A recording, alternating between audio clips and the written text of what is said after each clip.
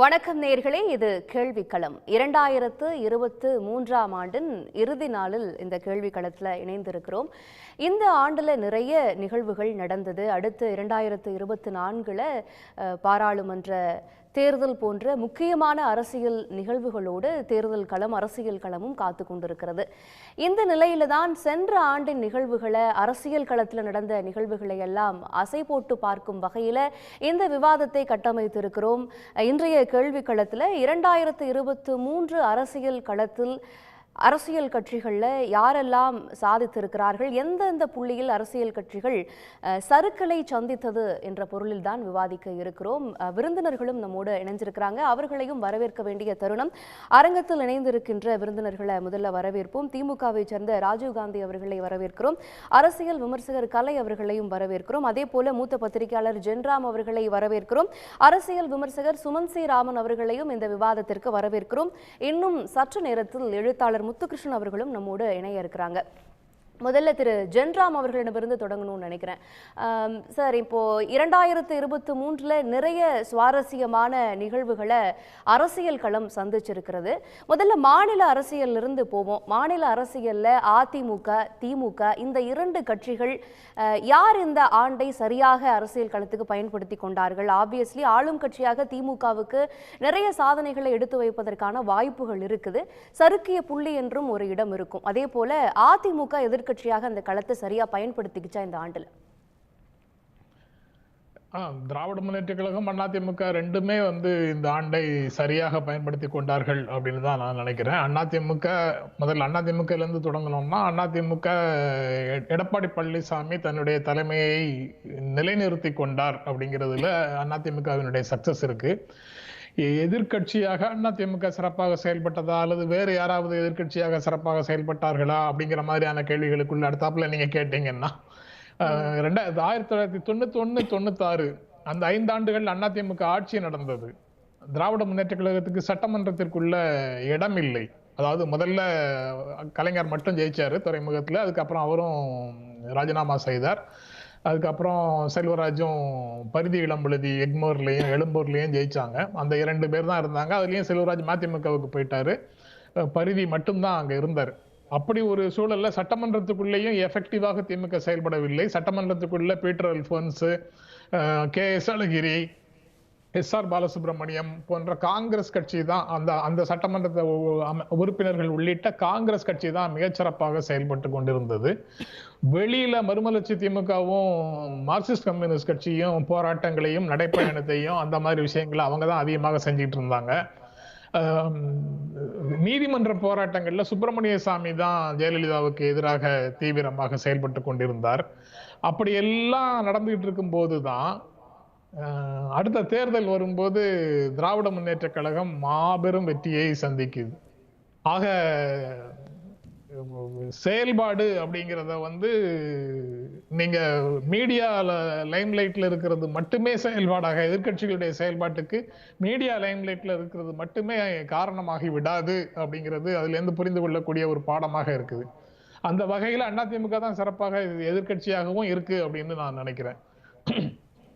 திராவிட முன்னேற்ற கழகத்தை பொறுத்த வரைக்கும், குறிப்பாக முதலமைச்சர் ஸ்டாலினை பொறுத்த வரைக்கும், வேறு எந்த தமிழ்நாடு முதலமைச்சரும் எதிர்கொள்ள முடியாத மிகப்பெரிய சவாலை இந்த 2023 எதிர்கொண்டிருக்கிறார். அதை மிக திறமையாக கையாண்டிருக்கிறார். ஓரளவுக்கு அதில் வெற்றியும் கிடைத்திருக்கிறது. ஏன்னா இதை வேறு எதோடையும் ஒப்பிட்டு பார்க்க முடியாது. இயற்கை பேரிடர் எதிர்பார்க்காத அளவுல தமிழ்நாட்டை தாக்கியது. அதை ஒரு அரசியல் ரீதியான குற்றச்சாட்டுகள், அரசியல் ரீதியாக செயல்படக்கூடியவர்களுக்கு நடுவிலையும், உணர்வே இல்லாமல் அறிவே இல்லாமல் விமர்சனம் செய்யக்கூடியவர்களுக்கு நடுவிலையும் கூட அதை புறந்தள்ள வேண்டியவற்றை புறந்தள்ளிவிட்டு எதையெல்லாம் விமர்சனமாக எடுத்துக்கொள்ள வேண்டுமோ, ஆக்கப்பூர்வமான விமர்சனமாக எடுத்துக்கொள்ள வேண்டுமோ அதையெல்லாம் எடுத்துக்கொண்டு அரசு திறமையாக செயல்பட்டது. அதை சரியாக வழி நடத்தினார் அப்படிங்கிற அளவுல முதலமைச்சர் மு.க. ஸ்டாலினும் திராவிட முன்னேற்ற கழகம், ஆளும் கட்சியான திராவிட முன்னேற்ற கழகமும் இந்த ஆண்டை மிகச் சரியாக பயன்படுத்தி கொண்டார்கள் அப்படின்னு தான் அந்த ஏரியாலேயே நான் நினைக்கிறேன். இப்போ எதிர்கட்சியாக ஊடக வெளிச்சத்தை மட்டும் வச்சு எடை போட்டு பார்க்க முடியாது அதிமுகவின் செயல்பாட்டு அப்படின்னு சொல்றீங்க. இன்னொரு பக்கம் நம்ம இந்த ஆண்டுல தான் ஒற்றை தலைமைக்கு மாறினது, இந்த கொடி சின்னம் இந்த விவகாரத்துல ஓபிஎஸ் அவர்கள் பயன்படுத்தக்கூடாதுன்னு சொல்லப்பட்ட விஷயங்கள், இது போல உட்கட்சி விவகாரங்கள் தலை தோங்கி நிற்கக்கூடிய ஒரு காலத்துல இன்னொரு பக்கம் பாஜக வந்து நாங்க தான் எதிர்க்கட்சியாக செயல்படுறோம் என்கின்ற விஷயத்தையும் முன் வச்சாங்க தமிழ்நாடு பாஜக. அப்படி பார்க்கும்போது அதை நீங்க எப்படி பாக்குறீங்க? இல்ல, தமிழ்நாடு பாஜக அவர்களுக்கு அவங்க செய்யக்கூடிய விஷயங்கள் வந்து சமூகத்துல என்ன விதமான எதிர்விளைவுகளை ஏற்படுத்துகிறது, என்ன பாதிப்பை ஏற்படுத்துகிறது அப்படிங்கிறத ஒப்பிட்டு பார்த்தால் அதற்கு தான் நான் வந்து 91 to 96 எதிர்கட்சிகளாக இருந்த பல கட்சிகளுடைய செயல்பாடுகள் எப்படி இருந்தாலும் இறுதியில் ஆட்சிக்கு எதிரான உணர்வை அறுவடை செய்யக்கூடிய வலிமை அப்படிங்கிறது திமுகவுக்கு மட்டும்தான் இருந்தது. அதே போலதான் இப்பவும் பாஜக திமுக ஆட்சிக்கு எதிராக என்ன பேசினாலும் என்ன செயல்பட்டாலும் உண்மையிலேயே அப்படி ஒரு அதிருப்தியை அவர்களால் உருவாக்க முடிந்தால் அந்த அதிருப்தியை அறுவடை செய்யக்கூடிய வலிமை அதிமுகவுக்கு மட்டும்தான் இருக்கிறதாக நான் பார்க்கிறேன். அது பாரதிய ஜனதா கட்சிக்கு போய் சேராது. அது போக அப்படி ஒரு அதிருப்தியை உருவாக்கி விட முடியுமாங்கிறதுலயும் எனக்கு சந்தேகங்கள் இருக்கு. அது உருவாக்கப்பட்டால் அது கொஞ்சம் எப்படி இருந்தாலும் கொஞ்சம் பேராவது அதிருப்தி அடைவாங்கிறத வந்து அப்படி வச்சுக்கலாம். மற்றபடி மு.க. ஸ்டாலின் திராவிட முன்னேற்ற கழக ஆட்சி இந்த 2023 வரை இந்த 3 ஆண்டுகள்ல 2021 இருந்து இந்த 3 ஆண்டுகள்ல இதுவரைக்கும் எந்த இடத்துலயும் மிகப்பெரிய அளவுல சறுக்கியதாக நான் பார்க்கல. நீங்க கட்சியோட நிறுத்திக்கணுங்கிறதுனால இதோட நிறுத்திக்கலாமா, இல்ல நான் இன்னொரு கருத்தையும் சேர்த்து சொல்லிடட்டுமான்னு பாக்குறேன். சொல்லிடலாம்னு நினைக்கிறேன். அதுக்கப்புறம் நீங்க அதை எப்படி நெறிப்படுத்த முடியுமோ நெறிப்படுத்திக்கங்க. கட்சி ரீதியான செயல்பாடுகளை தாண்டி எனக்கு இங்க பிரச்சனையாக நான் நினைக்கிறது வந்து அமைப்பு ரீதியான சிக்கல்களை தான் முக்கியமான விஷயமாக எனக்கு தோன்றுகிறது. திமுக அதிமுக 2 கட்சிகளுக்குள்ள அது எப்படி நிர்வாக ரீதியான சிக்கல்கள் வந்தாலும் சரி, அது ஒரு கட்சி ஆட்சியில சரியாக செயல்படாமல் இன்னொரு கட்சி அதுக்கு விமர்சனம் வைத்து மாறி மாறி ஆட்சி வந்தாலும் சரி, அது எல்லாம் மிகப்பெரிய அளவுல சிக்கல்களாக எனக்கு தெரியல. ஆனா அமைப்பு ரீதியாக தேர்ந்தெடுக்கப்பட்ட அரசுக்கும் ஆளுநராக இருப்பவருக்கும் இடையிலான முரண்பாடு இந்த ஆண்டு எப்படி இருந்தது அப்படிங்கிறத நம்ம சேர்த்து பார்ப்பது ரொம்ப முக்கியமான ஒன்று. அமலாக்கத்துறை ஒன்றிய அரசின் விசாரணை அமைப்பு அல்லது ஒன்றிய அரசின் ஒழுங்குபடுத்தும் அமைப்பு அமலாக்கத்துறைக்கும் தமிழ்நாட்டின் ஊழல் ஒழிப்பு தடுப்பு பிரிவு ஊழல் தடுப்பு பிரிவு காவல்துறைக்கும் இடையில அமைப்பு ரீதியாக வரக்கூடிய சிக்கல்கள் அப்படிங்கிறது ரொம்ப முக்கியமானது. அதுக்கப்புறம் ஒன்றிய அரசு மாநில அரசு இந்த இரண்டும் சமமான அதிகாரங்களை பகிர்ந்து கொண்டு சம அளவில் இருக்கக்கூடிய அரசுகளா, அல்லது ஒன்று அதிகாரம் மிகுந்தது மேல இன்னொன்று கீழே அப்படிங்கிற மாதிரியான ஒரு பிரச்சாரம் நடக்குது. அது சரியா தப்பா? அந்த அமைப்பு ரீதியான அடிப்படையான சிக்கல்கள் வந்து ரொம்ப முக்கியமானதாக நான் கருதுகிறேன், கட்சி அரசியல்களை தாண்டி. Okay, thank you sir. திரு சுமன் ஸ்ரீராமன், நீங்க எப்படி பாக்குறீங்க இந்த பிரதான கட்சிகள் தமிழ்நாட்டில் எப்படி செயல்பட்டது இந்த ஆண்டுல? உங்களுடைய பார்வை என்ன? என்னை பொறுத்த வரைக்கும் எந்த ஒரு அரசியல் கட்சியாக இருந்தாலும் அரசாங்கமாக இருந்தாலும் அவர்களுக்கு பாசிட்டிவ்ஸும் இருக்கும் நெகட்டிவ்ஸும் இருக்கும். அதாவது பாராட்டக்கூடிய விஷயங்களும் இருக்கும், சறுக்கல்களும் இருக்கும். அது போன்று தான் நான் இந்த ஆண்டை பார்க்குறேன். இந்த ஆண்டில் வந்து 2-3 மிக முக்கியமான விஷயங்கள். அதாவது இந்த ஆளுநருடைய மோதல் அப்படிங்கிறது நிச்சயமாக வந்து ஆளுநர் பல அதாவது கான்ஸ்டிடியூஷனலி அது லீகலி கரெக்டாக இருந்திருக்கலாம், ஆனால் மாரலி நிறைய விஷயங்களில் அவர் தவறு செய்திருந்ததாக தான் நான் கருதுகிறேன். அதன் அடிப்படையில் அரசாங்கத்திற்கு முதலமைச்சர் எடுக்கக்கூடிய நடவடிக்கைகள் அந்த விஷயங்களை மக்கள் பெருமளவில் வரவேற்றாங்க, அதை ஏற்றுக்கிட்டாங்கன்னு நினைக்கிறேன். ஸோ அந்த விஷயத்தில் நிச்சயமாக ஒரு சரியான செயல்பாடு இருந்திருக்கிறது. ரெண்டாவது, ஆண்டு தொடர நம்ம பார்த்தோம்னா இந்த பெரும் அளவில் இந்த மோதல்கள் கட்சி ரீதியாக மோதல்கள் பாஜகவுடன் இருந்தாலும் அரசாங்க ரீதியாக மோதல்கள் மத்திய அரசோட குறைய தொடங்கின.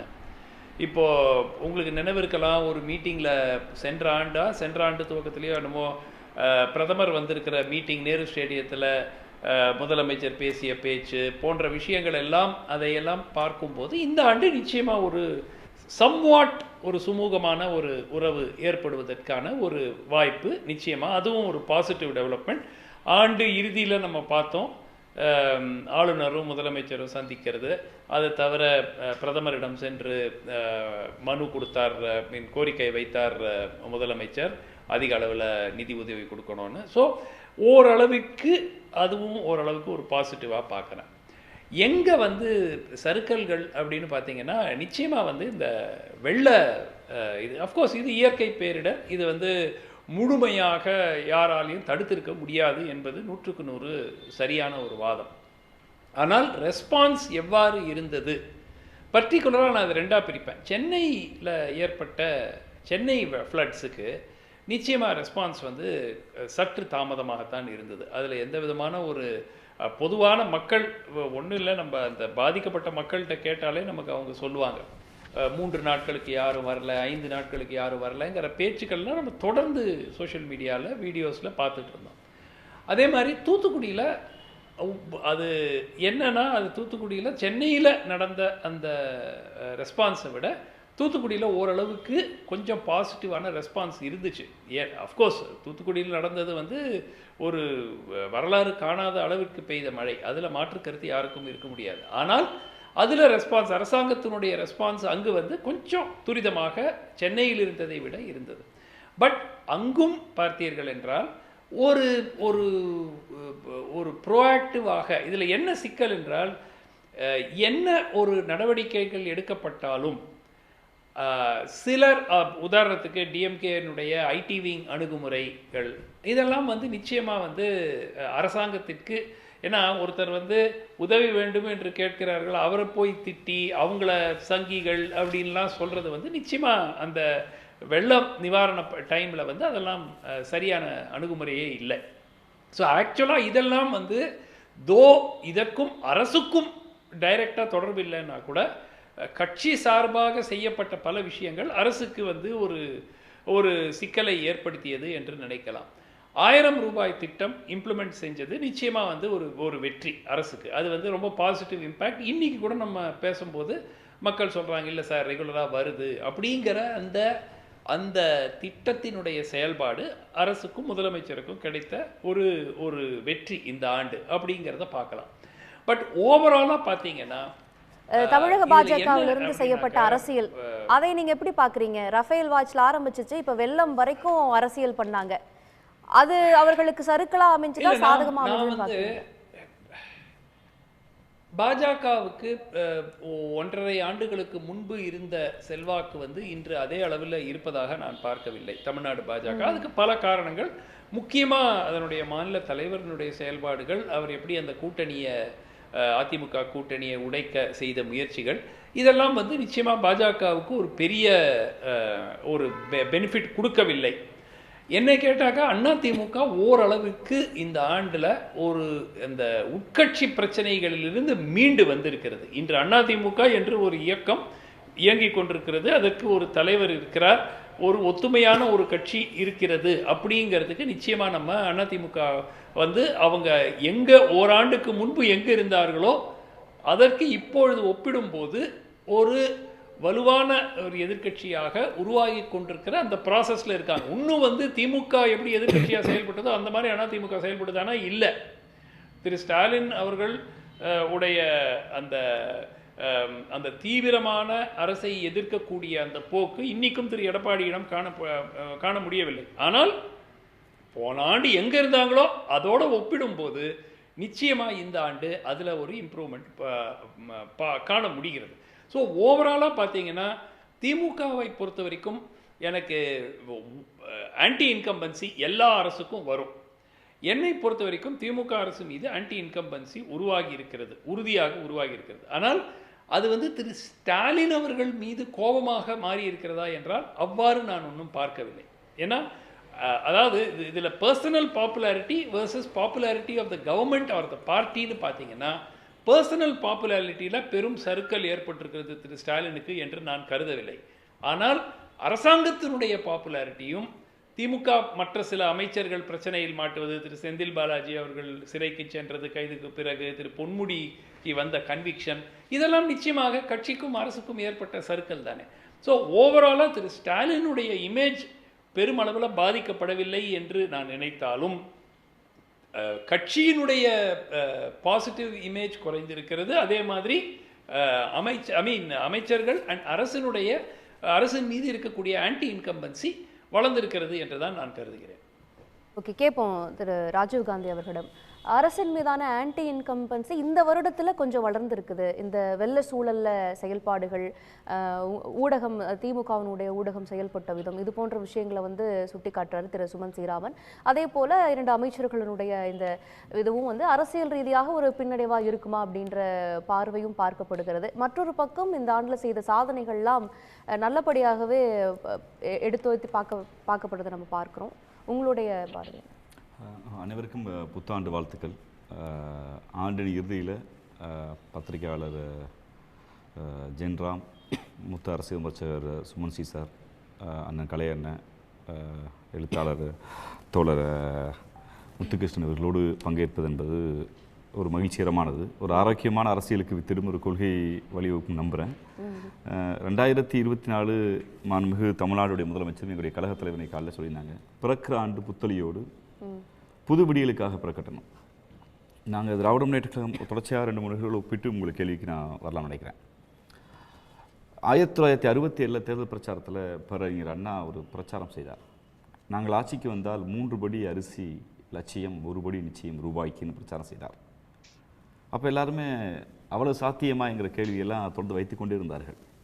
நம்ம இலக்கண இலக்கியங்களில் நம்முடைய அரசன் ராஜராஜ சோழன், ராஜேந்திர சோழன்லாம் ஆண்டபோது யானை கட்டி போரடித்தோம், தஞ்சை நெல் விளைகிற பூமி, நெல் செழித்து வளர்ந்தது என்று பேசப்பட்ட ஊரில் தான் திராவிட முன்னேற்ற கழகம் நாங்கள் ஆட்சிக்கு வந்தால் ஏழைகளின் பசி போக்குவதற்கு இல்லந்தோறும் அரிசியை கொடுப்போம் என்று சொன்னோம். அது இந்தியாவில் ஒரு புரட்சிகரமான திட்டமாக்கப்பட்டு இந்தியா முழுக்க நடைமுறை செய்யப்பட்டு மாண்புமிகு எங்களுடைய எழுதப்படாத அரசியல் சட்டத்தின் தந்தை என்று நாங்கள் போட்டுகிற பேரறிஞர் அண்ணா கொண்டு வந்த ரேஷன் முறை, அந்த அரிசி முறை இந்தியா முழுக்க பரவலாக்கப்பட்டது. முத்தமிழங்க கலைஞர் ஆட்சிக்கு வந்த பின்பு சோசியல் வெல்ஃபேர் ஸ்கீம், மக்கள் நல திட்டங்களை கொண்டு வந்தார். அதிலும் குறிப்பாக குடிதண்ணீர் 2020 தான் ஜல்ஜீவன் ஒரு திட்டத்தை ஒன்றிய அரசு அறிவித்தது. ஆனால் 1973 தமிழ்நாடு குடிநீர் வாரியம், நீரின்றி அமையாத உலகம் ஒரு திட்டத்தை கொண்டு வந்து இந்தியாவிற்கு புதுமையான முதல் முயற்சியை தமிழ்நாடு நன்று செய்தது. அது மாதிரி பேருந்துகளை அரசுடைமையாக்கியது. உங்கள் அப்பன் விட்டு சொத்தா என்று கேட்கிற அந்த சொல்லாடல்கள் கிராமப்புறத்தில் இருக்க சொல்லாடல். ஒரு அரசாங்க ஊழியரை பார்த்து நீ என்ன அப்பன் விட்டு சொத்தா, எங்கள் கவர்மெண்ட் சொத்தான்னு மக்கள் கேட்பாங்க. அது ஒரு சொல்லாடல். அந்த வழக்காடுகளில் பேருந்துகளில் டிரைவருக்கு கண்டக்டரோட பொதுமக்கள் பிரச்சனை போது இன்றைக்கி உங்கள் அப்பன் விட்டு பஸ்ஸா கவர்மெண்ட் பஸ்லன்னு கேட்பாங்க. அப்படி அரசு பேருந்துகளை நாட்டுடைமையாக்கியது இந்தியாவிலேயே ஒரு மிகப்பெரிய புரட்சிகர திட்டமாக பார்க்கப்பட்டது. அதை மற்ற மாநிலங்கள் இந்த ஆண்டுல செஞ்ச சாதனை நான் வந்துடுறேன், அதுக்காக சொல்கிறேன். இதுபோல் பெண்களுக்கான சொத்துரிமை என்று பல தொடக்கங்களை தமிழ்நாடு ஆரம்பித்த போது அதை ஒட்டுமொத்த இந்திய மாநிலங்களும், பாஜக ஆளுகிற மாநிலங்கள் உட்பட அதை அப்படி ஏற்றுக்கொண்டார்கள். இப்போ தமிழ்நாடு சமூக நலத்திட்டத்தின் விதையாக இருந்தது. அந்த விதையத்தான் மாண்புமிகு தமிழ்நாடு முதலமைச்சராக எங்களுடைய கழகத் தலைவர் பொறுப்பேற்ற பின்பு மகளிருக்கான கட்டணமில்லா பேருந்து அறிவித்தார். எல்லா எதிர்கட்சிகளும் சாத்தியமா இது எப்படிங்கிற விமர்சனத்தை அதிமுக உட்பட பல கட்சிகளும் வச்சது. ஆனால் இன்னைக்கு அந்த திட்டம் வெற்றிகரமாக பக்கத்து மாநிலங்கள் எல்லாம் செயல்படுத்துகிற அளவுக்கு வந்திருக்குது. மேனிஃபெஸ்டோ முக்கியமாக, அதாவது 5 மாநில தேர்தலில் தமிழ்நாட்டினுடைய நலத்திட்டங்கள் பிரதிபலிக்குது. இன்னைக்கு தெலுங்கானாவில், இன்னைக்கு கர்நாடகாவில் பாஜக ஆளுகிற மாநிலங்கள் கூட விவாதத்துக்கு உட்படுத்தப்பட்டிருக்கு. மகளிருக்கான உரிமை தொகையை அறிவித்தோம். அது இது வெறுமன பணம் அல்ல, உங்களுக்கு உரிமை. மகளிர் உழைப்பு என்பது வெறுமன வீட்டுக்குள்ள சமைப்பதற்கும் வெறுமன ஒரு பெண்ணும் அடிமைத்தனமாக இல்லை. அதற்கு மாறாக அந்த உழைப்பை அங்கீகரிப்பது அரசின் கடமை என்று ஒரு திட்டத்தை மாண்புமிகு முதலமைச்சர் அறிவித்த போது இதை அன்று கொச்சைப்படுத்தியவர்கள் என்று பாராட்டுகிறார்கள். எதையெல்லாம் நாங்கள் வெல்ஃபேர் ஸ்கீம் சொன்னோமோ அதையெல்லாம் இலவச மக்களை சீரழிக்குங்கிற அந்த வாதங்கள் இப்போது இல்லை. ரேவ்டி கல்ச்சர் என்று சொல்லப்பட்ட அவர்கள் வாயாலேயே நீங்கள் சொன்ன நலத்திட்டங்கள் எல்லாம் முன்மொழியப்பட்டது. அதான் திராவிட முன்னேற்ற கழகத்திலே திராவிட மாடல் ஆட்சியில் இந்த ஆண்டுடைய நான் முத்தாய்ப்பான சாதனையாக பார்க்குறேன்.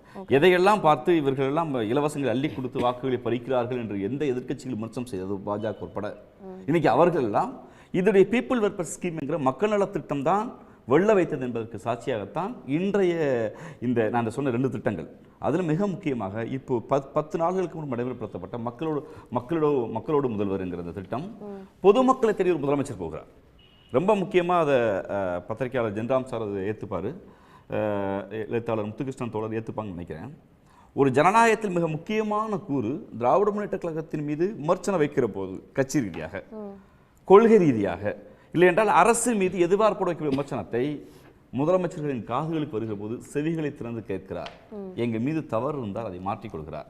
தொழிலாளர் நல சட்டத்தை கொண்டு வந்தோம், 8 மணி நேர வேலை உயர்வுக்கு வந்தபோது அந்த இடத்துல ஒரு கேள்வி வருது. உங்களுடைய கூட்டணி கட்சிகளே விமர்சிக்கக்கூடிய நிலை வந்தது. அதை ஒரு பார்வையில் அது கூட்டணி ஜனநாயகத்தை திமுக பின்பற்றுகிறது. வேங்கைவயல் விவகாரத்தில் விடுதலை சிறுத்தைகள் விமர்சிக்கிறாங்க. 24 அந்த 8 hours ஒர்க் அந்த விவகாரத்தில் கம்யூனிஸ்டுகள் விமர்சிக்கிறாங்க. அதுக்கப்புறம் அதுக்கு செவிமடுத்து திமுக மாற்றிக்கொள்கிறது. அந்த விமர்சனங்கள் எல்லாம் எப்படி பார்க்குறீங்க? முன்பே எல்லாவற்றிலையும் ஒரு முன்னெச்சரிக்கையோடு செயல்படக்கூடிய அப்படி செயல்பட முடியாது. எதையும் எழுதி கொண்டு வைத்து இதை நடைமுறைப்படுத்த வேண்டும் என்கிற சமூக திட்டங்கள் போக முடியாது.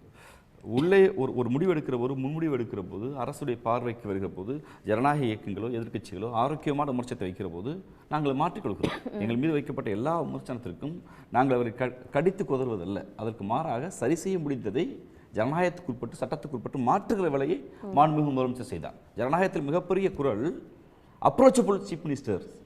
நீங்கள் இந்த 9 ஆண்டு காலத்தில் மாண்புமிகு இந்தியாவுடைய பிரதம அமைச்சர் மோடி அவர்கள் எத்தனை முறை ஊடகவியலாளரை சந்தித்தார், எந்த கேள்விகளுக்கு வந்தார், எத்தனை முறை பாராளுமன்ற வாதங்களில் பங்கேற்றார், எத்தனை கேள்விகளுக்கு பதில் கொடுத்தார், எந்த சட்டவாதங்கள் பாராளுமன்ற திட்டப்படுகிற சட்டவாதங்களை உச்சநீதிமன்றம் சொல்லுது. இப்போது இயற்றப்பட்ட சட்டங்கள் எல்லாம் வலுவிழந்து இருக்கிறது.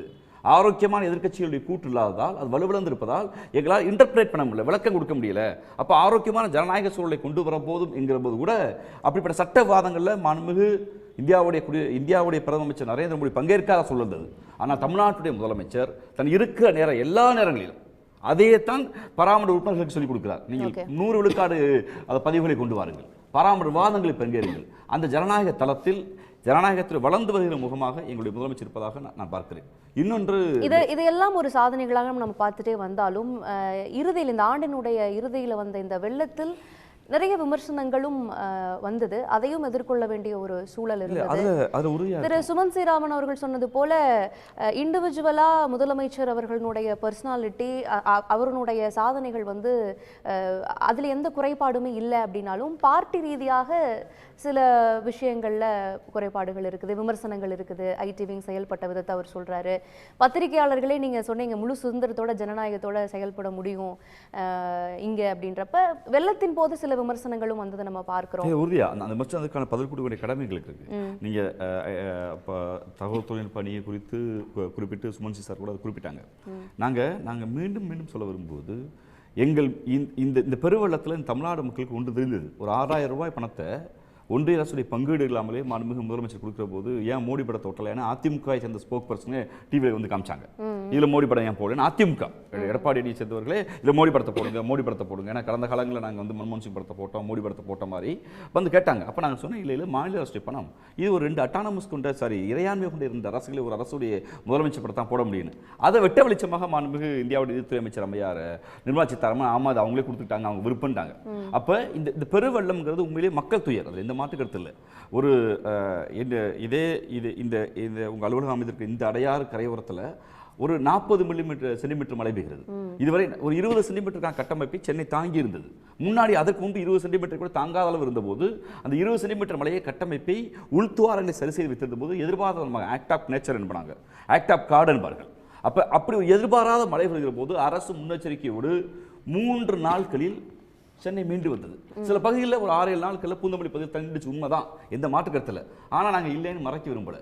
அந்த குரல்களுக்கு செவி சாய்த்து விமர்சனங்களுக்கு பதில் சொன்னோம். அதுதான் ஜனநாயக அரசு கடமை. மிக முக்கியமாக இன்னொரு இந்த ஆண்டுடைய நாங்கள் மிகப்பெரிய பொலிட்டிக்கல் அரசியல் வெற்றி என்பதை தாண்டி எதிரிகள் எங்கள் மீது வீசப்பட்ட சேரை, அந்த புழுதியை நாங்கள் வென்றிருப்போங்கிற இடத்துல மிக முக்கியமாக திராவிட முன்னேற்ற கழகம் வாரிசு அரசியல் என்று எங்களுடைய மாண்புமிகு விளையாட்டுத்துறை அமைச்சர் அண்ணன் உதயநிதி அவர்களை அமைச்சராக்கிய போது மிக விமர்சனம் வந்தது. அந்த விமர்சனங்கள் இப்போது இருக்கிறதா? ஏன்னா ஐடியாலஜிக்கலி ஸ்ட்ராங், ஒரு தத்துவார்த்த ரீதியாக ஒரு தலைமை ஒரு கட்சி ஒரு தலைவரை ஏற்றுக்கொள்கிற போது, மக்கள் மன்றத்தில் அந்த தலைவர் வேலை செய்கிற போது சனாதனம் குறித்தான ஒரு மாற்று கருத்து சுமனிஷாருக்கு இருக்கலாம், அந்த கல்யாணுக்கு இருக்கலாம், பார்க்க பல பேருக்கு இருக்கலாம், சனாதனம் குறித்த தப்பா சொல்லிட்டாரு இருக்கலாம். அப்போ சனாதனம் குறித்தான விவாதத்தை மாநில ஒன்றிய அரசுகளுடைய உறவுகளை குறித்து ஒரு விவாதிப்பதற்கு கொள்கை ரீதியான ஒரு தலைவரை நாங்கள் மக்கள் மன்றத்தில் நிறுத்தி வென்றதோடு மட்டுமல்ல நிலைநிறுத்தி வாரிசு அரசியல் அந்த கோட்பாடையே நாங்கள் பின்னுக்கு வைத்திருக்கிறோம். திராவிட முன்னேற்ற கழகம் என்பது கொள்கையால் விளைந்தது என்பதை 2023 எங்களுக்கு கொடுத்திருப்பதாக நான் பார்க்கிறேன். கொள்கை ரீதியாக திமுக அரசியல்ல ஸ்ட்ராங்கா தேசிய அளவிலேயே வெளிப்படுத்திருக்குன்னு சொல்றீங்க. கலை, இப்ப அதிமுகவினுடைய செயல்பாட்டை பார்க்கணும். ஒரு வகையில முன்பிருந்த பிரச்சனைகள் எல்லாம் இப்போ இந்த ஆண்டுல ஒரு தீர்வுக்கு வந்தது, அதிமுக கட்சி ரீதியாக ஒரு ஒற்றை தலைமைக்கு வந்தது என்றெல்லாம் சொல்லப்பட்டாலும், இப்ப அண்மையில் நடந்த பொதுக்குழு கூட்டத்தின் போது கூட ஓபிஎஸ் ஒரு பக்கம் போட்டி அரசியலை நடத்துறாரு. இன்னும் கட்சி ரீதியாக ஒரு மக்கள் மத்தியில் ஒரு நிலைத்தன்மை வரலையா அப்படின்றது. இன்னொரு பக்கம் இவ்வளவு சாதனைகளை வந்து திமுக அடுக்கிக் கொண்டே இருக்கும் பொழுது எதிர்கட்சியாக இந்த ஆண்டுல அதிமுக என்னென்ன விஷயங்களை பதிவு செஞ்சிருக்கிறாங்க? அண்ணாமலை ஒரு பக்கம் அரசியல் செஞ்சுட்டு இருக்கிறாரு, அந்த அளவுக்காவது எதிர்கட்சியா அதிமுக இந்த வருஷம் செயல்பட்டு இருக்குதா? ஒரு பக்கம் அண்ணாமலையை டேக்கிள் பண்ணும், இன்னொரு பக்கம் உட்கட்சி விவகாரத்தை டேக்கிள் பண்ணும். இது மட்டும்தான் இந்த ஆண்டுல அதிமுகவினுடைய செயல்பாடா இருந்ததா அப்படிங்கிற ஒரு கேள்வியும் இருக்கு. அதிமுக அது ஒருங்கிணைப்புக்கு இந்த ஆண்டு பெரிய அளவுக்கு உதவி செஞ்சிருக்குது. உடைந்து 2022 அது 4 உடைந்த கட்சி, பிளவுபட்ட கட்சி என்று சொன்னதெல்லாம் போய் அவங்களுக்கு நீதிமன்ற தீர்ப்புகளும் தேர்தல் ஆணையத்தினுடைய முடிவுகளும் அவங்களுக்கு சாதகமாக வந்திருக்குது இந்த 2023. அது பன்னீர் அவர்களுடைய ஓபிஎஸ் அவர்களுடைய கட்சி அந்த அதிமுக என்ற பெயரை கூட பயன்படுத்தக்கூடாது என்றெல்லாம் தீர்ப்பு வந்துருச்சு. இப்போ பொதுக்குழு கூட்டியிருக்கிறாங்க. அது பிரம்மாண்டமாக 2489 பேர் கலந்து கொண்ட பொதுக்குழு. அந்த பொதுக்குழு என்பது ஓபிஎஸ் அவர்கள் ஒருங்கிணைப்பாளராக இருந்தபோது, இரட்டை தலைமை இருந்தபோது அவர் தலைமையில் நடந்த தேர்தல் அது, உள்கட்சி தேர்தல். அதில் தேர்ந்தெடுக்கப்பட்டவங்க தான் பெரும்பாலானவங்க இப்போது இபிஎஸோடு இருக்கிறாங்க. இவர் போட்டி பொதுக்குழு நடத்துகிறேங்கிறார். இவற்ற 100 பேர் கூட இல்லை பொதுக்குழு, தேர்ந்தெடுக்கப்பட்ட பொதுக்குழு. யாரை வச்சு நடத்துவாருங்கிறது இப்போ கொஸ்டின். இவர் ஒவ்வொரு முயற்சியும் திருச்சி மாநாட்டுக்கு பின்னாடி கோவில் நடத்துவேன்னாரு, அது நடக்கலை. ஒவ்வொரு மாவட்ட தலைநகரத்துலேயும் பொதுக்கூட்டம் நடத்துவேன்னாரு, அது காஞ்சிபுரத்தில் ஆரம்பித்து அங்கே பிசுபிசுத்து போய் அது பின்னாடி எங்கேயும் நடத்தலை. இப்போ உரிமைக்கான பயணம்ங்கிறாரு, அது எப்போ ஆரம்பிப்பார் போவார்னு தெரியல. அதுக்கடுத்து பொதுக்குழு வந்து கூட்ட போகிறேங்கிறாரு. பொதுக்குழு முன்னாடியே கூட்டியிருக்கணும். இவ்வளவு காலம் கழித்து 2022 ஜூன் 23 ஒரு வெளியேற்றம் செய்யப்பட்டு வெளியே வந்தார் இல்லையா, ஜூலை 11 ஒரு வெளியேற்றப்பட்டார் கட்சியிலேருந்து. அப்போ ஆரம்பிச்சிருக்கணும். இவ்வளோ நாள் கழித்து மெதுவாக அதை பற்றி யோசிக்கிறார். பொதுக்குழு உறுப்பினர் யாரும் இருக்கா? பேலன்ஸ் யார் இருக்கா? மொத்தமும் எடப்பாடியோட இருக்காங்க. கட்சி விவகாரத்தை தான் அதிக அளவில் இந்த வருடத்தில் அதிமுக ஃபோக்கஸ் பண்ணுச்சு. அதிமுக இந்த ஆண்டு அவங்க ஒருங்கிணைப்புக்கு பெரிய அளவுக்கு உதவி செஞ்சுருக்குது. நான் சொன்ன மாதிரி இன்னொரு பக்கம் என்னன்னா, பாஜக விட்டு வெளியேறியது அவங்களுக்கு ஒரு ப்ளஸ்ஸாக இருக்குது. திரும்பவும் வாக்கு வங்கியை செக்யூர் பண்ணுறதுக்கான முயற்சிகள், மைனாரிட்டி வாக்குகள் 14% நம்ம சொல்கிறாங்க. I'm not sure about it. But அது மொத்தமும் திமுகவுக்கு கூட்டணிக்கு போகிறதுக்கான வாய்ப்பு இப்போ குறையுது. அதில் ஒரு 4-5% இந்த பக்கம் வந்தால் கூட அது டபுள் வாமியாக மாறும்.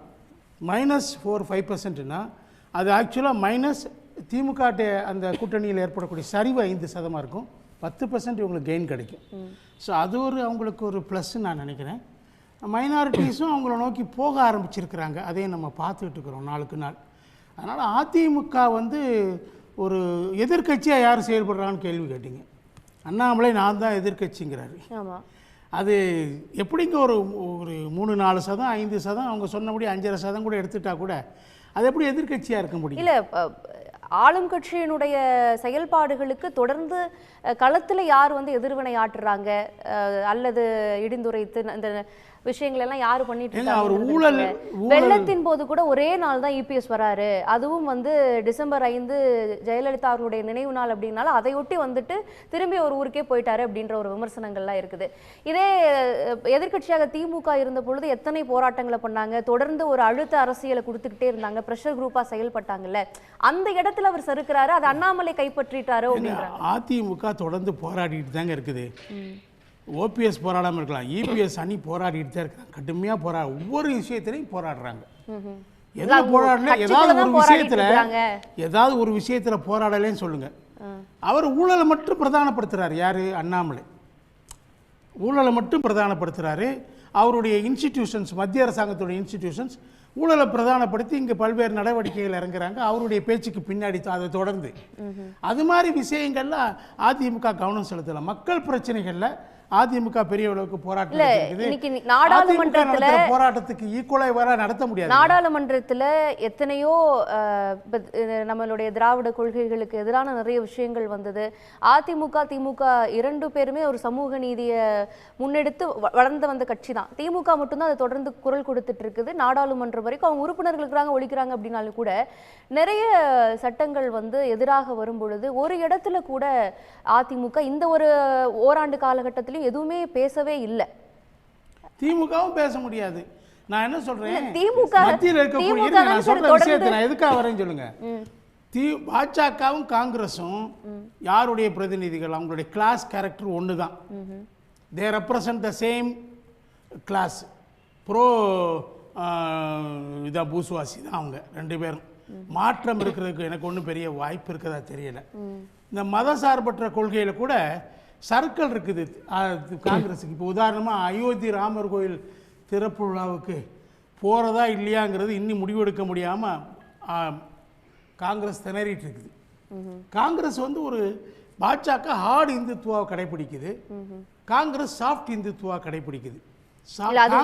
அடுத்த சுற்றுல தேசிய அரசியலுக்கு வருவோம். இல்லை அதுவும் அது என்ன ஆகுதுன்னா, இந்தியா கூட்டணியில் முழுமையாக ஒத்துழைப்போடு இருப்பது என்பது திமுக.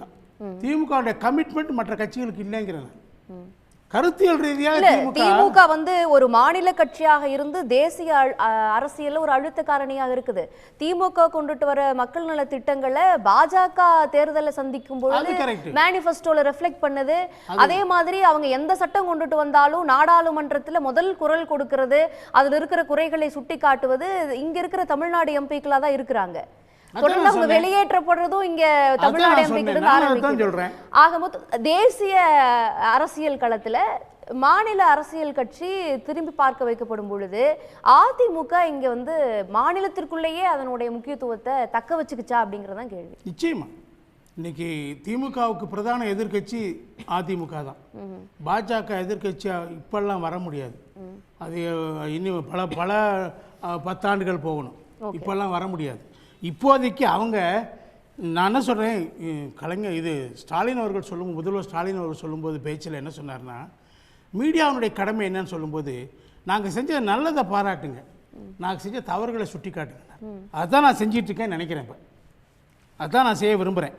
இப்போ உதாரணமாக தம்பி அவசரப்படாது, நான் உங்களுக்கும் சாதகமாக தான் பேசிட்டு உங்களுக்கு சாதகமாக பேசுறேன். இன்னொரு விருந்தினர் இருக்கிறாரு, அவர்கிட்டயும் பார்வை பெறணும். முதல் சுற்று நான் முடிச்சுக்கிறேன். சொல்லுங்க சொல்லுங்க. அதாவது ஒன்று சொல்கிறேங்க, நீங்கள் என்ன சொல்கிறீங்க, நான் ஒரு விஷயம் சொல்கிறேன். நீங்க திமுகவுடைய சறுக்கலா எதை பார்க்குறீங்க? வளர்ச்சி சறுக்கல் அது பார்க்க வேணாம், இப்போதைக்கு வேணாம்.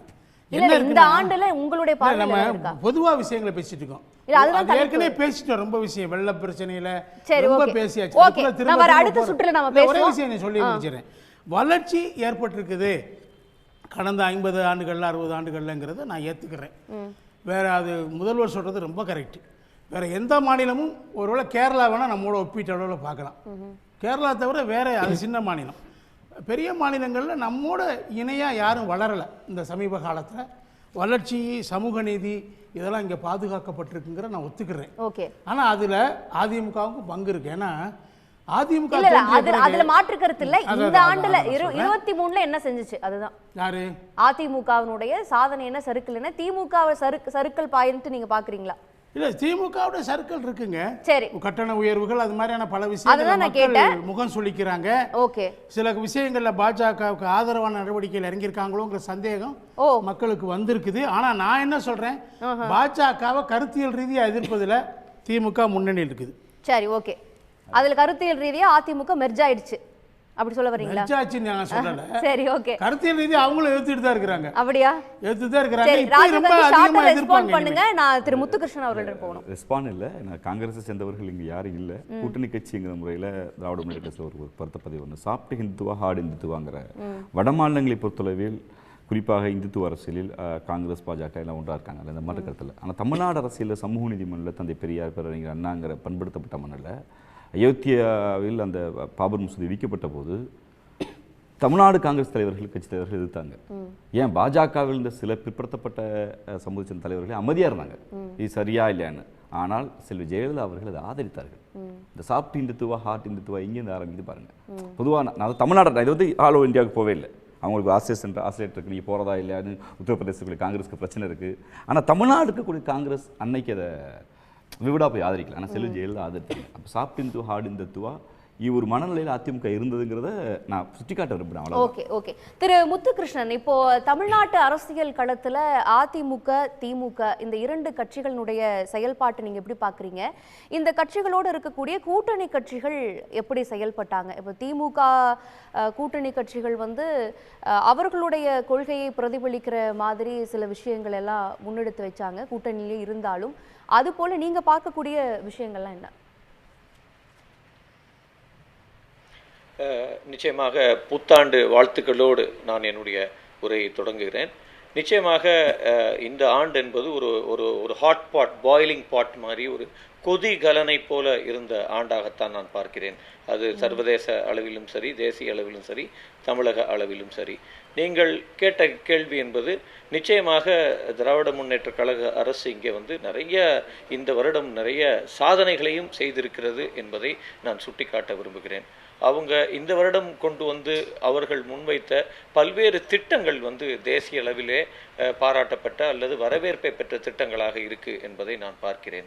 அப்படி அவங்க நிறைய இந்த வருடத்தில் ஸ்கோர் பண்ணியிருக்காங்கன்னு நான் பார்க்குறேன். அது வந்து குடும்ப தலைவிகளுக்கான அந்த உதவி திட்டமாக இருந்தாலும் சரி, மாற்றுத்திறனாளிகளுக்கு அவர்கள் அறிவித்த அந்த திட்டமாக இருந்தாலும் சரி, அதே போல் ரொம்ப முக்கியம் நான் நினைக்கிறது அந்த காலை உணவு திட்டம், முதலமைச்சரின் காலை உணவு திட்டம் என்று அவர்கள் போட்ட திட்டம்.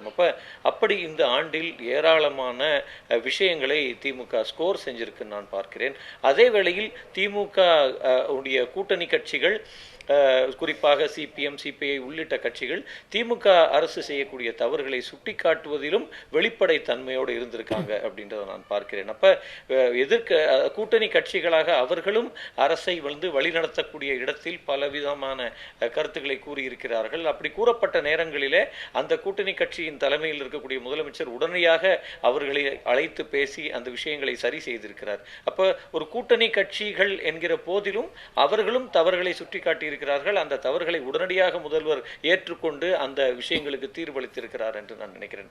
இப்படி ஒரு கொதிகலனான நேரம், குறிப்பாக இன்னைக்கு அவர் சுமந்த் குறிப்பிட்டது போல் ஒரு பக்கம் இந்த ஏராளமான சட்டங்களை சட்டமன்றத்தில் கொண்டு வந்தாலும் இங்கே இருக்கக்கூடிய கவர்னர் அவர்கள் அந்த சட்டங்களை எல்லாம் கிடப்பில் போடுவது, தேவையில்லாமல் அவைகளை ஜனாதிபதிக்கு அனுப்புவது, அதை காலதாமதப்படுத்துவது ஏற்கனவே நமக்கு அனுபவம் இருக்கிறது. நாம் ஹைகோர்ட்டுக்கு சென்ற பிறகுதான் அவர்கள் வந்து வேகமாக சில சட்டங்களை கூட அவங்க ரிலீஸ் பண்ணாங்க. அப்ப அப்படி இந்த முட்டுக்கட்டைகள் என்பது மத்திய அரசாங்கம் அல்லது மத்திய அரசாங்கத்தின் சார்பாக ஒரு ஏஜெண்டை போல் செயல்படக்கூடிய கவர்னரும் ஏராளமான இடர்களை செய்து கொண்டிருக்கக்கூடிய ஒரு காலம் என்று நான் பார்க்கிறேன். முன் எப்பொழுதும் இல்லாத அளவு இன்றைக்கு நாம் வரிகளுக்காகவும் மீண்டும் மீண்டும் கையேந்தி நிற்பதும் அல்லது அந்த வரியை பெறுவதற்காக கூட ஊடகங்களிலே வந்து வெளிப்படையாக பேசி போராடித்தான் நம்முடைய ஷேரை நாம் பெறுகிற ஒரு நிலையாக இருக்கிறது.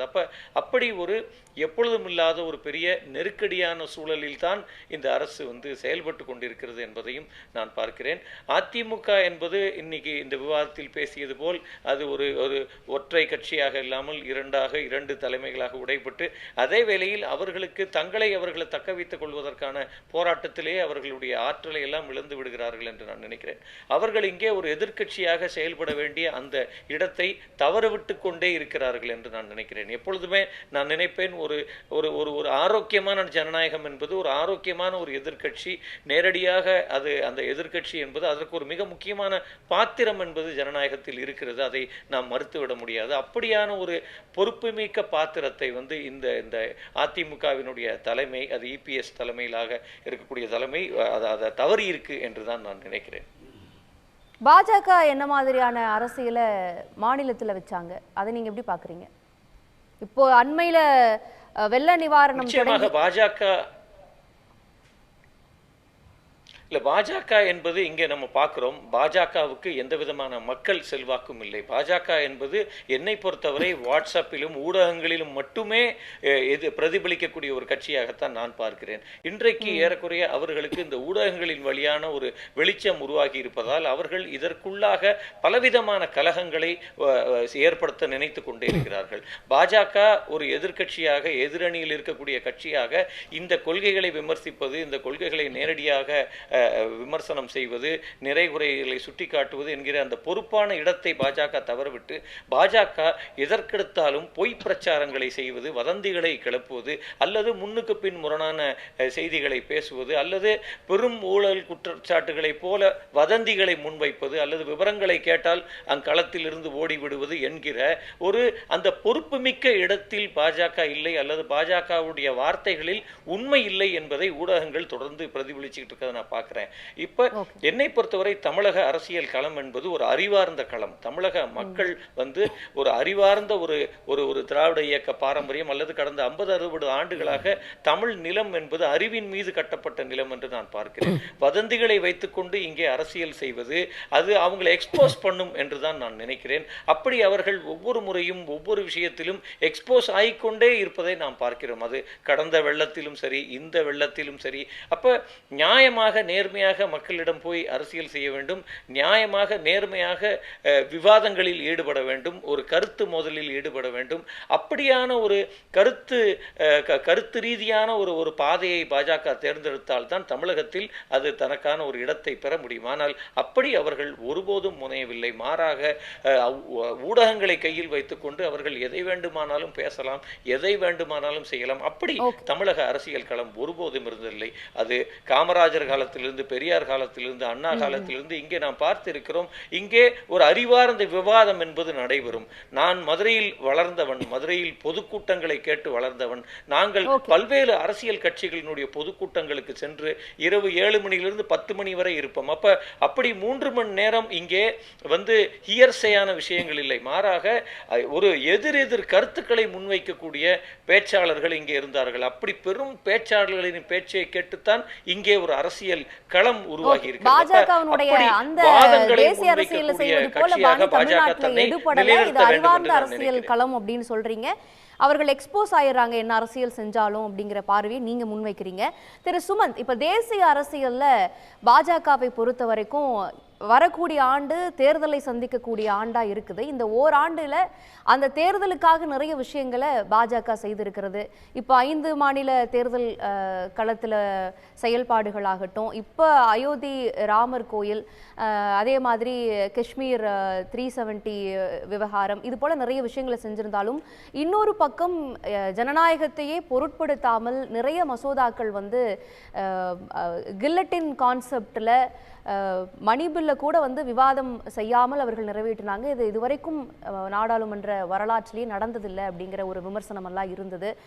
பாஜகவினுடைய அரசியலுக்கு எதிராக நிறைய விமர்சனங்கள் முன்வைக்கப்படுகிறது. ஆனால் இன்னொரு பக்கம் அவருடைய சாதனைகளை நீங்க என்ன பாக்குறீங்க? இல்லை, முதல்ல பாஜகவினுடைய மிகப்பெரிய பொக்கிஷம் பார்த்தீங்கன்னா எதிர்கட்சிகள் தான். ஏன்னா இவ்வளவு நாட்கள் ஆகியும் இவ்வளவு சர்க்கிள்கள் ஒரு அரசாங்கத்துக்கு ஏற்பட்ட பிறகும் இவ்வளவு ஆதரவு அந்த கட்சிக்கு கிடைக்கிறது, அதன் தலைவர்களுக்கு கிடைக்கிறது என்றால் அதை எக்ஸ்பிளைன் பண்ணுறதுக்கு ஒரே வழி அப்போசிஷன் இப்போ கூட இந்த 2024 பாராளுமன்ற தேர்தலில் கூட ஒரு பெரிய எந்தூசியாசம் அப்படிங்கிறத நான் பார்க்கல. பாஜகவுக்கு வாக்களிக்க வேண்டும், மோடி மீண்டும் பிரதமராக, திருப்பி என்ன கேட்குறாங்க, சரி இவருக்கு போடலைன்னா யாருக்கு போடுறது, அந்த மாதிரி ஒரு தோற்றத்தை அவர்கள் உருவாக்கி இருக்கிறார்கள். ஸோ மிக முக்கியமாக ஜனநாயக ரீதியாக ஜனநாயகத்தை காப்பாற்ற வேண்டியதே நம் நாட்டினுடைய அமைப்புகள், அரசியல் அமைப்பு சட்டத்தின் கீழ் அமைக்கப்பட்டிருக்கிற அந்த அமைப்புகள், இன்ஸ்டிடியூஷன்ஸ், அந்த இன்ஸ்டிடியூஷன்ஸ் ஒவ்வொன்றாக சிதைக்கப்படுகின்றன. அது எலெக்ஷன் கமிஷனாக இருக்கட்டும், இப்போ அந்த புதிய சட்டம் வந்திருக்கிறது, தேர்தல் ஆணையரை, தலைமை தேர்தல் ஆணையரை பிரதமரும் ஒரு கேபினெட் மினிஸ்டரும் சேர்ந்து, அவங்களுக்கு தான் மெஜாரிட்டி இருக்கும், எதிர்கட்சி தலைவர் என்ன வேணா சொல்லலாம், ஆனால் அவங்க அப்பாயிண்ட் பண்ணலான்னு ஒரு சட்டம், அதுவாக இருக்கட்டும், பாராளுமன்றத்தில் எப்படி மசோதாக்கள் நிறைவேற்றப்படுகின்றன, எந்த விதமான ஒரு டிபேட், எதிர்க்கட்சிகள் சஸ்பெண்ட் ஆகட்டும், இது போன்ற பல விஷயங்களை பார்க்கும்போது ஜனநாயகத்திற்கு நிச்சயமாக ஒரு ஆபத்து ஏற்பட்டிருக்கிறது என்பதில் எனக்கு 1% கூட மாற்று கருத்து இல்லை. ஆனாலும் இப்போ இந்த 3 மாநிலம் இந்தி பெல்ட்டில் இருக்கக்கூடிய சத்தீஸ்கர், ராஜஸ்தான், மத்திய பிரதேஷ் 3 மாநிலத்திலும் இவ்வளவு பெரிய வெற்றியை பெற்றிருக்கிறார்கள். அதில் பர்டிகுலராக மத்திய பிரதேசில் அவ்வளோ பெரிய வெற்றி பெறுவார்கள் என்று அவர்களே எதிர்பார்க்கவில்லை. ஸோ அந்த அளவிற்கு ஒரு மக்கள் மனதில் ஒரு ஹோல்டு இருக்கும்போது பாராளுமன்ற தேர்தலிலும் இது மிகப்பெரிய அளவில் மாற்றம் பெறும் என்று நான் நினைக்கவில்லை. எஸ், எதிர்க்கட்சிகள் சிறப்பாக செயல்பட்டு ஒற்றுமையாக இருந்து ஒரு நல்ல கேம்பெயின் மவுண்ட் பண்ணால் பாஜகவுக்கு தனிப்பட்ட மெஜாரிட்டி கிடைப்பதை அவர்களால் தடுக்க முடியும் என்று நான் உறுதியாக நம்புகிறேன். ஆனால் அது நடப்பதற்கு ஹிந்தி பெல்ட்டில் குறைந்தது 30 இடங்களோ 40 இடங்களோ, அந்த 200-190 இடங்களில் காங்கிரஸும் பாஜகவும் மோதுகின்ற இடங்களில் குறைந்தது ஒரு 30 இடங்களிலாவது காங்கிரஸ் வெற்றி பெற வேண்டும்.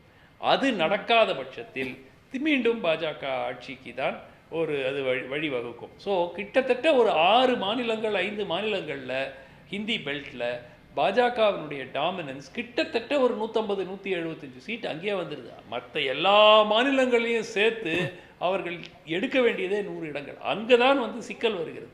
பாஜகவுக்கு தென்னிந்தியாவில் சறுக்கல் ஏற்படும், மகாராஷ்டிராவில் சறுக்கல் ஏற்படும், பெங்காலில் சறுக்கல் ஏற்படும், பீகாரில் ஓரளவுக்கு சறுக்கல் ஏற்படும்.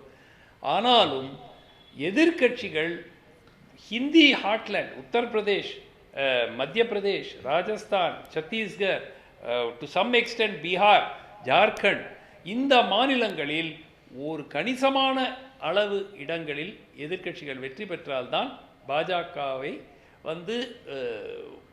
மெஜாரிட்டி கிடைக்காமல் செய்வதற்கு ஒரு வாய்ப்பு இன்னும் இருக்கிறது.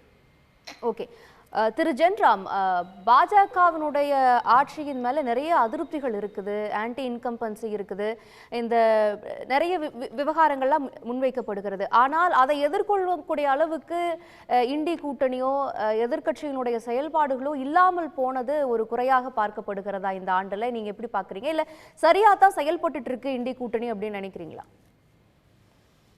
அது பாரதிய ஜனதா கட்சியை வீழ்த்த வேண்டும் என்றால் அகில இந்திய அளவில் ஒரு உறுதியான தேசிய கூட்டணி ஒன்று தேவை அப்படிங்கிற கருத்தோட இந்த விஷயங்களை நாம் அணுகினோம் என்றால் நீங்க சொல்ற மாதிரியான ஒரு சூழல் இருக்குங்கிறத நம்ம ஏற்றுக்கொள்ளத்தான் வேணும். ஆனால் அப்படித்தான் அணுகணுமா அப்படிங்கிறதுல அடிப்படையில் எனக்கு வேறுபாடுகள் இருக்கு. அந்த தேசிய கூட்டணி பாஜகவை எதிர்த்த, பாஜகவை ஆட்சியை விட்டு அகற்ற வேண்டும் என்ற நோக்கத்தோடு உருவாக்கப்படுகின்ற அகில இந்திய கூட்டணி என்பது தளர்வாகவும் நெகிழ்வாகவும் வச்சுட்டு மாநில அளவில் உறுதியான கூட்டணியை, இறுக்கமான கூட்டணியை வைத்துக்கொண்டு தேர்தலை சந்திக்கணும். தமிழ்நாட்டில் இந்தியா கூட்டணியில் இருக்கக்கூடிய பிற கட்சிகளால தமிழ்நாட்டில் திராவிட முன்னேற்ற கழகத்திற்கு ஏற்கனவே இந்த கூட்டணியில் இருக்கிறவங்க தவிர வேறு வெளி மாநில கட்சிகளால என்ன கான்ட்ரிபியூட் பண்ணிட முடியும் அப்படிங்கிறது ஒரு கேள்வி. இதே போலதான் எல்லா இடங்கள்லையும் திராவிட முன்னேற்ற கழகம் வெஸ்ட் பெங்கால்ல என்ன பெரிய அளவுல என்ன கான்ட்ரிபியூட் பண்ணிட முடியும் அப்படிங்கிறது ஒரு கேள்வி. ஆக அந்தந்த மாநிலங்கள்ல யார் யார் இருக்கக்கூடிய அரசியல் கட்சிகளை பாஜகவுக்கு எதிராக, பாஜகவை பலவீனப்படுத்தும் விதமாக ஒரு அணியை எப்படி உறுதியாக கட்ட வேண்டும் என்று முயற்சி செய்கிறார்களோ அதுதான் மாநில அளவில் அந்த தேர்தலை செய்துட்டு தேர்தலுக்கு பிறகு அதை தேசிய அளவிலான கூட்டணியாக உருவாக்க முயற்சி செய்தால் மட்டுமே தான் எளிதாக வீழ்த்த முடியும் அப்படின்னு நான் அப்படி செய்யும் போது எளிதாக வீழ்த்த முடியும்னு நான் நினைக்கிறேன். இல்லைன்னா இப்ப இந்த கேள்வியை திரும்ப திரும்ப முன்வைக்கிறாங்க. இந்திய அரசமைப்பு சட்டமோ மக்கள் பிரதிநிதித்துவ சட்டமோ இந்திய தேர்தல் முறையோ கேட்காத ஒரு கேள்வியை எல்லாரும் முன்வைக்கக்கூடிய, ஒரு பெரும்பாலான மனிதர்கள் முன்வைக்கக்கூடிய ஒரு போக்கை நம்ம பார்க்க வேண்டியது இருக்கு. மக்கள் உணர்வு அப்படின்னு இப்ப சுமந்து குறிப்பிட்டாரு. அதைத்தான் இங்க என்ன நாங்க மோடிக்கு வாக்களிக்கிறோம், அங்க என்ன வேற யாருக்கு வாக்களிக்கிறது அப்படின்னு பிரதமரை முன்வைக்க வேண்டும் என்று இந்திய நாடாளுமன்றம் கேட்கவே இல்லை. நாடாளுமன்றம் பிரதமரை தேர்வு செய்து கொள்ளும். இந்த தேர்ந்தெடுக்கிறது நாடாளுமன்ற உறுப்பினர்களை மட்டுமே தான். தேர்ந்தெடுக்கப்பட்ட நாடாளுமன்ற உறுப்பினர்கள் தங்கள் பிரதமரை தேர்வு செய்து கொள்வார்கள். இதுதான் இந்திய அரசமைப்பு சட்டத்தை உருவாக்கியவர்களுடைய சிந்தனை. இதுதான் இந்தியா என்ற கருத்தியல், இந்திய ஜனநாயகம் என்ற நம்முடைய கருத்தியலுக்கு அரசியல் பின்னால் போக்கும் இருக்கக்கூடியது. தேர்தல் போக்கு அந்த மாதிரி ஆயிடுச்சு. யாரு பிரைம் மினிஸ்டர் கேண்டிடேட்னு பார்க்கக்கூடிய மாதிரி ஆயிடுச்சு. அப்படி மோடியை முன்னிறுத்தி பாஜக தேர்தல் களத்தை சந்திச்சாலும் இவ்வளவு விஷயங்கள் இருக்குது, டெமோக்ரஸிக்கு எகெயின்ஸ்டா நிறைய விஷயங்களை பண்ணியிருக்காங்கன்ற விமர்சனங்கள் முன்வைக்கப்படுகிறது. மணிப்பூர் விவகாரம், இன்னைக்கு இந்த வீராங்கனைகள் சொல்றது, இது மாதிரி எக்கச்சக்கமான விஷயங்கள் முன்னிறுத்தப்பட்டாலும் அதையெல்லாம் காங்கிரஸும் கூட்டணி கட்சிகளும் சரியா தேர்தல் களத்தில் சொல்லி வாக்குகளை சேகரிக்கிறாங்களா? ஒரு பக்கம் பாரத் ஜோடோ யாத்திரை வந்து கை கொடுத்தது. இந்த 5 மாநில தேர்தல்களில் கர்நாடக தேர்தல் எல்லாம் காங்கிரஸுக்கு வந்து அறுவடை பண்றதுக்கு வாய்ப்பா இருந்துச்சுன்னு வச்சுக்கோங்க. இன்னொரு பக்கம் பாஜகவும் வெற்றியை வந்து இந்த சூழல்ல சந்திச்சிருக்குது. இதை எப்படி இந்த எதிர்க்கட்சிகள் எடுத்துட்டு போகுது? மீண்டும் மீண்டும் நாம வந்து தேர்தல்ல மாநிலத்தில் ஆட்சியை பிடிப்பதால் மட்டுமே வந்து காங்கிரஸ் அங்க இல்லாம போயிடுச்சு, பிடிக்க தவறியதால் மட்டுமே காங்கிரஸ் இல்லாம போயிடுச்சுங்கிற ஒரு கருத்துக்கு நம்ம வந்து சேர்ந்துடுறோம். ஆனா காங்கிரசினுடைய வாக்குகள் 2019 என்னவாக இருந்ததோ அதே நிலைமையில தான் இன்னும் இருக்கு. அது குறையல. அதை இன்னும் வந்து கூட்டணி கட்சிகளை அரவணைத்து கொண்டு ஓரளவுக்கு அதை இம்ப்ரூவ் பண்றதுக்கு முயற்சி செய்யலாம். அல்லது 2019 தேச பாதுகாப்பு அப்படிங்கிற ஒரு மிகப்பெரிய ஒரு கார்டை பிளே பண்ணுச்சு பாஜக. அதனால அவங்களுக்கு மேக்சிமம் இடங்கள் அவங்களுக்கு கிடைச்சது. அதே மாதிரியான இடம் இப்போது கிடைக்குமா அப்படிங்கிறது ஒரு கேள்வியாக நான் நினைக்கிறேன். எனக்கு அதுல சந்தேகம் இருக்கு. 2019 அங்க கிடைத்த வாக்குகள் இப்ப கிடைக்குமாங்கிறதுல சந்தேகம் இருக்கு. ஆனா இப்போ வந்து 2014 வளர்ச்சி என்று முன்வைத்தார்கள், 2019 தேசத்தின் பாதுகாப்பு என்று முன்வைத்தார்கள். இப்போ அதை வந்து முழுக்க முழுக்க இந்துத்துவா கார்டாக, கோவில் தொடர்பான பிரச்சாரமாக, மத ரீதியாக நீங்கள் இந்த இந்து மதத்தை சேர்ந்தவர்கள் என்பதில் பெருமை கொள்ளுங்கள்னு ஒரு விதமான ஒரு கதையாடலாக மாத்தி அதை இப்போ சரி செய்வதற்கு இந்த மந்திர் வெர்சஸ் மண்டல் பாலிடிக்ஸ் வந்து இந்த ஆண்டுல எந்த அளவுக்கு எடுபட்டுச்சு? அதை நீங்க அகில இந்திய அளவுல ஒரு முதன்மையான கோட்பாடாக, முதன்மையான கேள்வியாக வச்சு இந்த தேர்தலை சந்திக்க முடியாது அப்படிங்கிறது மாநில அளவுல தான் பார்க்க முடியும். மாநில அளவுல தேர்தலுக்கான போக்கஸை கொடுத்தால் மட்டுமே தான் ஒன்றிய அளவிலான தேர்தலில் நம்ம ரிசல்ட்ஸை பார்க்க முடியும். நீங்க மந்திருக்கான பிரச்சாரத்தை அவங்க முன்னெடுக்கிறாங்க. அதை வந்து கட்சி, மதம், அரசியல் இரண்டுக்கும் இடையில உண்டான கோடு அளிக்கப்படுகிறது. கட்சி, ஆட்சி இரண்டுக்கும் இடையில உண்டான கோடு அளிக்கப்படுகிறது. சுமந்த் குறிப்பிட்டதை போல ஜனநாயக நிறுவனங்கள் எல்லாமே வந்து சீர்குலைக்கப்படுகின்றன. அதனுடைய தொடர்ச்சியாகத்தான் எல்லா விதமான சிந்தனைகளும் மாற்றப்படுகிறது. புதிய தவறான கருத்துக்கள் புதிய கருத்துக்களாக முன்வைக்கப்படுகின்றன. இது எல்லாமே அரசியலுக்குள்ள விளைவுகளையும் ஏற்படுத்துது.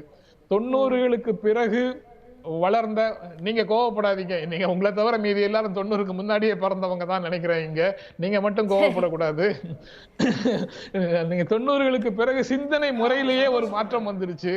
அந்த மாற்றம் வந்து மிகப்பெரிய சிக்கலை கொடுக்கிற விதமான சிந்தனை மாற்றமாக இருக்கு. ஆழ்ந்து அடித்தளங்களை பார்க்காமல் மேலோட்டமாக அரசியலை பார்ப்பவர்களாக இருக்கிறார்கள். அன்று இப்படி நடந்ததுன்னு சொன்னா கூட அதை அப்படிலாம் நடந்திருக்குமா, நடந்திருக்காதுன்னு மறுத்து போறாங்களே தவிர கூடுதலாக அதுல கேள்வி எழுப்பி உண்மை தேடும் ஆர்வம் குறைஞ்சு போனதாக ஒரு போக்கு இருக்கு. இந்த மாதிரியான பல போக்குகள் காரணமாக அரசியல்ல கொஞ்சம் கீழ் இறக்கம் இருக்கு. அதை எல்லாவற்றையும் சரி செய்துதான் ஆகணும். அதை வந்து ஓவராலா இந்திய அளவுல சரி செய்வது உடனடியான சாத்தியம் இல்லை. மாநில அளவுல இப்ப எப்படி மகாராஷ்டிரா, பீகார், தமிழ்நாடுன்னு தெளிவாக சிமன் சொல்றாருல, ஏன் அங்கெல்லாம் சொல்ல முடியுதுன்னா மாநில அளவுல உறுதியான ஒரு அரசியல் கூட்டணி இருக்குது. அந்த மாநில அளவிலான அரசியல் கூட்டணிகள் தான் அந்த இடங்கள்ல எல்லாம் பாஜகவை அச்சுறுத்துகிறது, பாஜகவை தோற்கடிக்கிறது. மாநில அளவுல அப்படி ஒரு அணியை கட்டுவதற்கு அவர் சொன்ன அந்த 200 சீட்டு இருக்கக்கூடிய இடங்கள்லயும் காங்கிரஸ் கொஞ்சம் நெகிழ்வுத்தன்மையோட முயற்சி செய்யணும். அப்படி வரும்போது எளிதாக வீழ்த்தி விட முடியும் அப்படின்னு தான் நான் நினைக்கிறேன். நிச்சயமாக. திரு ராஜீவ் காந்தி, உங்களுடைய இறுதி பார்வை ஒரு நிமிஷத்துல.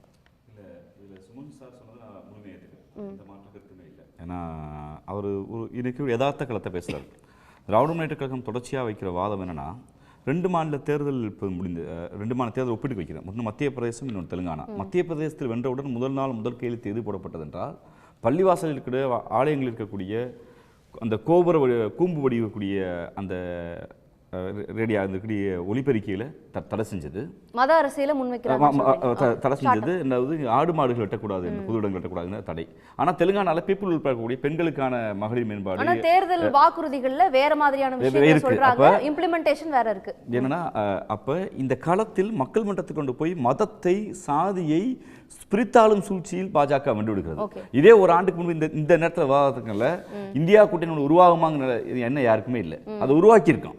இன்னும் நாங்கள் இந்த கேந்திரமாக தீவிரமாக ஹிந்தி ஸ்பீக்கிங் அந்த ஹிந்தி பேசுகிற மாநிலங்களில் வேலை செய்ய படிப்படை எங்களுக்கு இருக்கிறது. அதுதான் எங்களுடைய மாண்புமிகு முதலமைச்சர் அவர்கள் அந்தந்த மாநிலத்தில் வலுவான கூட்டணின்னு சொன்னாங்க. மத்திய பிரதேச ஒருவேளை சமாஜ்வாடியோடு கட்டியிருந்தால் ஒரு 3 விழுக்காடு வாக்கு வந்திருக்கும், ஒரு 35 இடங்களை பெற்று காங்கிரஸ் ஆட்சியை பிடிச்சிருக்கும். சிபிஎம்மோட ராஜஸ்தானில் கூட்டணியை சரியாக வச்சிருந்தா ராஜஸ்தான் கூட வந்திருக்கலாம். அப்போ ஒரு படிப்பனையாக எங்கள் கூட்டணி இதை எடுத்துக் கொடுக்கிறது. ஒரு ஒன்றும் மோடி வீழ்த்த முடியாத தலைவர் இல்லை, பாஜக வீழ்த்த முடியாத கட்சி இல்லைங்கிறத இந்த ஆண்டு இது ஒரு படிப்பனையா கருதுறீங்க. சுமந்த், நீங்க ரெஸ்பாண்ட் பண்ண விரும்புறீங்களா? ஷார்ட்டா சார். இல்ல, ஒரே ஒரு கரெக்ஷன். மத்திய பிரதேஷ்ல கூட்டணி வச்சிருந்தா சமாஜ்வாதி கட்சி பிளஸ் காங்கிரஸ் 6 - 7 இடங்களில் தான் கூடுதலாக வெற்றி பெற்றிருக்க முடியும். வெற்றி பெற்றிருக்காது, கருத்துருவாக்கம் இருக்கு. கூடுதலாக ஒரு 6-7 இடங்கள் பெற்றிருக்கலாம். மன்னிக்கணும் ராஜீவ் காந்தி. ஓகே ஓகே திரு கலை